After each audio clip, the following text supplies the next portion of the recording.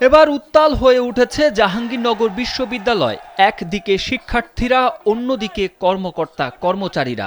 শিক্ষার্থীরা বিশ্ববিদ্যালয়ের নতুন প্রশাসনিক ভবনের সামনে অবস্থান নিয়ে বিক্ষোভ করছেন। এর আগে বিশ্ববিদ্যালয়ের নতুন প্রশাসনিক ভবনের সামনে কর্মকর্তা কর্মচারীরা অবস্থান নিয়েছিলেন। জানা যায়, পূর্বের ন্যায় কোটা বহালের দাবিতে ৫ ফেব্রুয়ারি থেকে লাগাতার কর্মবিরতি ঘোষণা দিয়েছে কর্মকর্তা কর্মচারী ঐক্য পরিষদ। অন্যদিকে পোষ্য কোটা সম্পূর্ণ বাতিলের দাবিতে বিশ্ববিদ্যালয়ের প্রশাসনিক ভবনের সামনে অবস্থান নিয়েছেন শিক্ষার্থীরা। স্যান্ডেলিনা সো, রূপচর্চায় আভিজাত্য।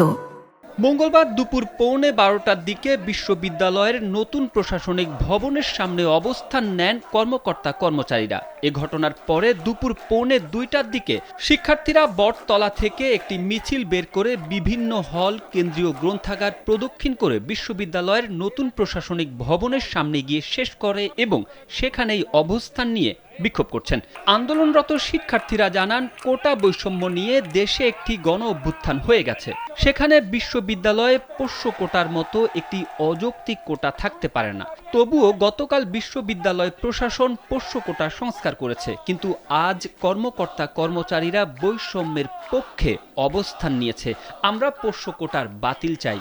অন্যদিকে এই কোটা বহালের দাবিতে ৫ ফেব্রুয়ারি থেকে লাগাতার কর্মবিরতি ঘোষণা দিয়েছে কর্মকর্তা কর্মচারী ঐক্য পরিষদ।